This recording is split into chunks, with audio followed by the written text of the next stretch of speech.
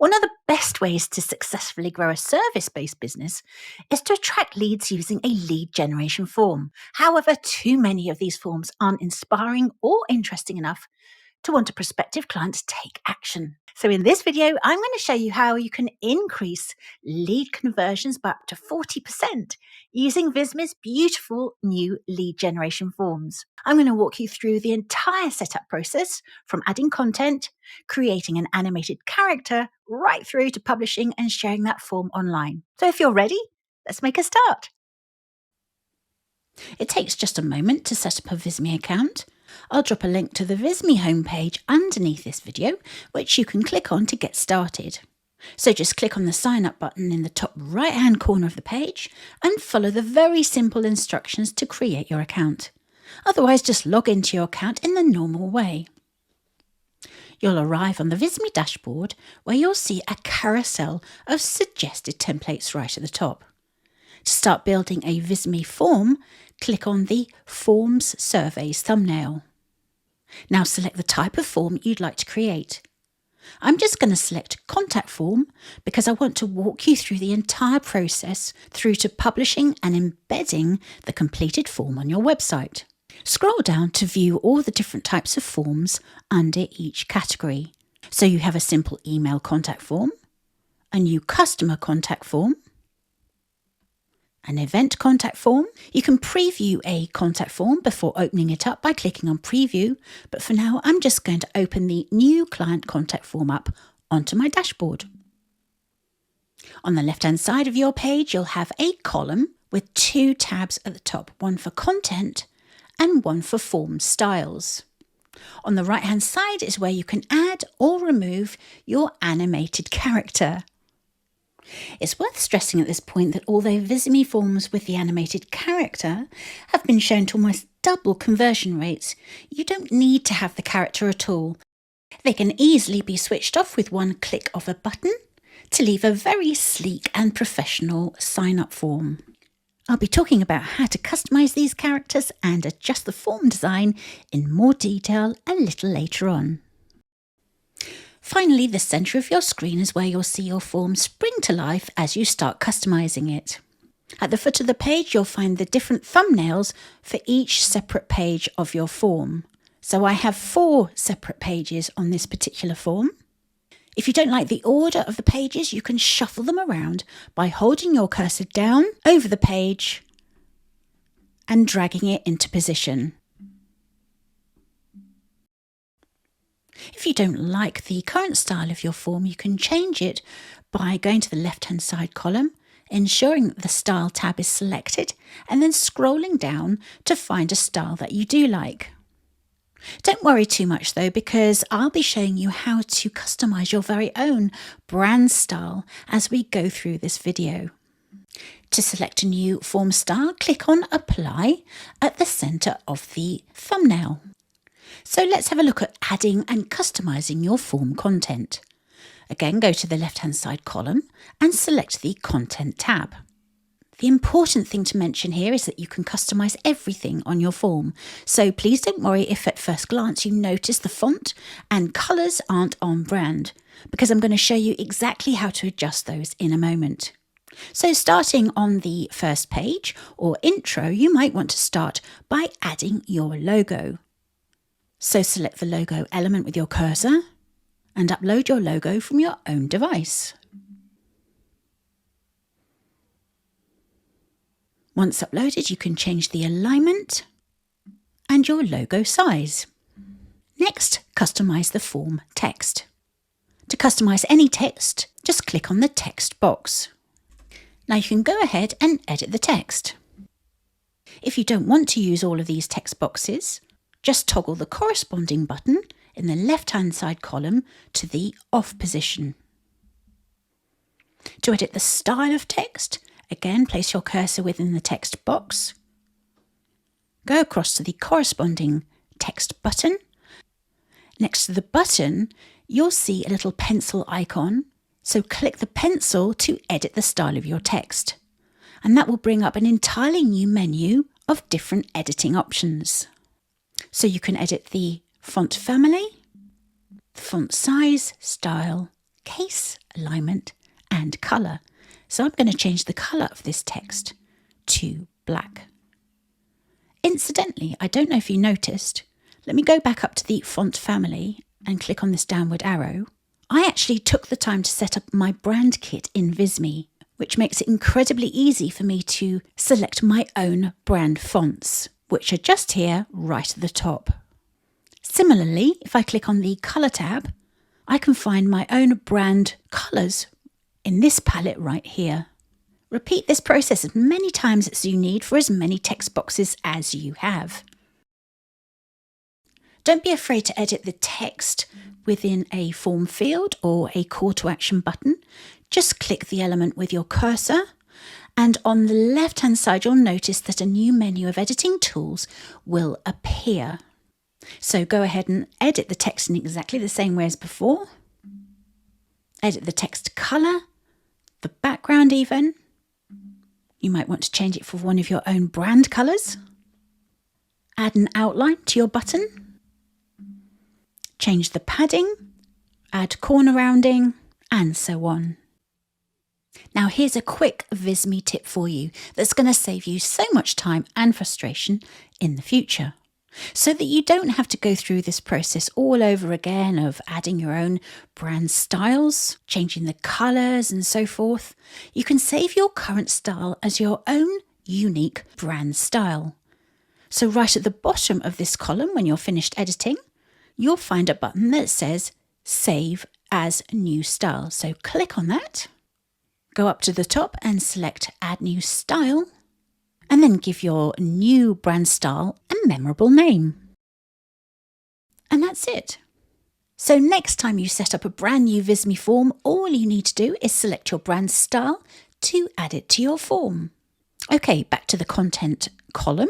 There's no point in having a lead generation form unless you're going to collect the correct data. You can customize each form field, add new ones, and delete others according to your needs. To add a new form field, click on Add Field. Click on the correct field, and then click Add Field. And then you're prompted to either add it to your current page or add it to a separate page.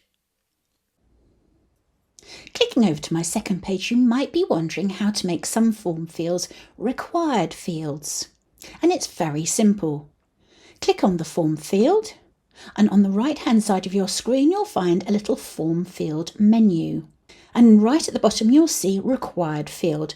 So if this is something that you want your clients or customers to fill in, make sure there's a little tick in the box. Obviously, to untick it, just click in the box. You might not want to keep all the default form fields, so if you'd rather remove one, click on the form field with your cursor, go to the left-hand column and find the corresponding content tools. And here you can either delete that form field by clicking on the little trash icon, or you can click on these three little dots, and this would be my preference. And using this little menu here, click on the hide button, just to hide it from view. And that means you can easily reintroduce that form field by clicking on the little hide icon. And there it is again on my form. You can also shuffle the form fields around on each page by going over to the left-hand side column again, holding your cursor down over a corresponding form field, and then moving it into the right position.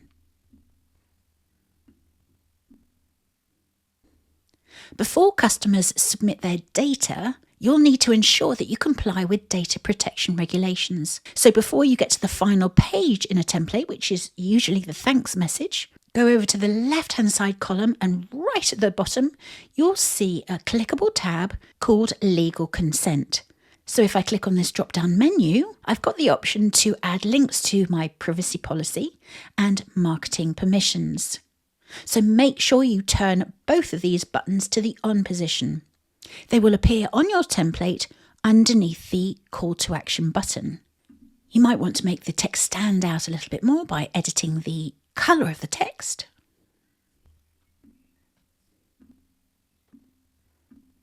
And then add hyperlinks to your own business privacy policy so that you comply with your country's data protection regulations. Ensure that you include the marketing agreement as well, so customers can opt in to receiving further marketing emails from you. The final page can be customized so that you can send a confirmation message once a form has been submitted. And if you're really smart, place your cursor within the text box and add a hyperlink to a web page or direct clients to a useful piece of content to keep that prospective customer interested. Now let's have a look at editing the fun animated character on your page. There's no doubt they're great fun and will certainly snag a prospect's attention, but you don't have to have one at all. So going over to the right-hand side column, just toggle this button to the off position to remove the character altogether. Your character has a separate animation for when it enters a page, the waiting pose, so when it's waiting for your client to take action, and there's an end pose for when your client has submitted the form, so have a little bit of fun and add a celebratory animation. To customize your character, make sure you click on the Character tab. Customize any of the presets by clicking on Edit and then Edit Character. Work your way through each of these characteristics. Customize the skin and eye colors by selecting a color swatch. Underneath, click on the downward arrow next to head, where you can customize everything from hairstyle, adding facial hair, glasses. From here, customize the character top or shirt, the bottoms, and even the shoes. If I customize an item of clothing to add to my character, what I love about this is I can customize it even further by selecting the color swatch and adding one of my brand colors. So even my animated character is completely on brand. Once you've finished customizing your character, you might want to give it a memorable name, clicking on the tick to save it, and then clicking on Save My Character. You can then add this custom character to any of the forms you create in Visme in the future with just one click. Before moving on to the Connect stage, be sure to check your form to see what it looks like on a mobile device. The forms are responsive and mobile friendly, but it's worth just checking the layouts just to be sure. Okay, so now it's time to move on and click on the Connect tab. And here's where you'll ensure you collect all the data from your form by connecting it with your favourite email service provider, CRM or spreadsheet. To connect an app with Visme Forms, simply click on the Connect button and follow the very simple instructions online. Once you've completed this stage, just click on the Publish tab. It takes just one click to publish your Visme form, so when you're ready, hit the Publish button. Congratulations, your new form is live, as you can see from the top of the page. You might want to give your form a new title or add a description underneath, which is entirely optional. And here is the fun part. You can start collecting leads by either sharing a link to your Visme form on social media, via email. You could even generate a QR code that links to your form and add it to one of Visme's beautiful business card templates. The second option is to embed your form on a website or blog page. So click on the Embed tab on the left-hand side of your page. You now have 3 options to choose from. You can create a pop-up, which will appear as an overlay at certain times. Use the settings and advanced settings to set timings, frequency, and so on. When that's done, simply copy the embed code and paste it into your website. Alternatively, you could embed your Visme form into a web page, as I've done with my contact form. So select it to appear between content and then copy and paste the code underneath, or embed your form into a sidebar if you have one available. So copy the appropriate code and paste it into your website. Visme does not recommend using a pop-up form for either of these purposes, so don't use a pop-up form if you wish to add it to a blog or a sidebar. Coming soon is a more detailed tutorial about the Connect and Publish stages. I'll show you exactly how to connect an email service provider and Google Sheets with your Visme form. So if you haven't done so already, make sure you subscribe to my channel so that you don't miss out. You'll also learn step by step how to create a pop-up form and embed it into a website, as well as create a sign-up form to place on your blog.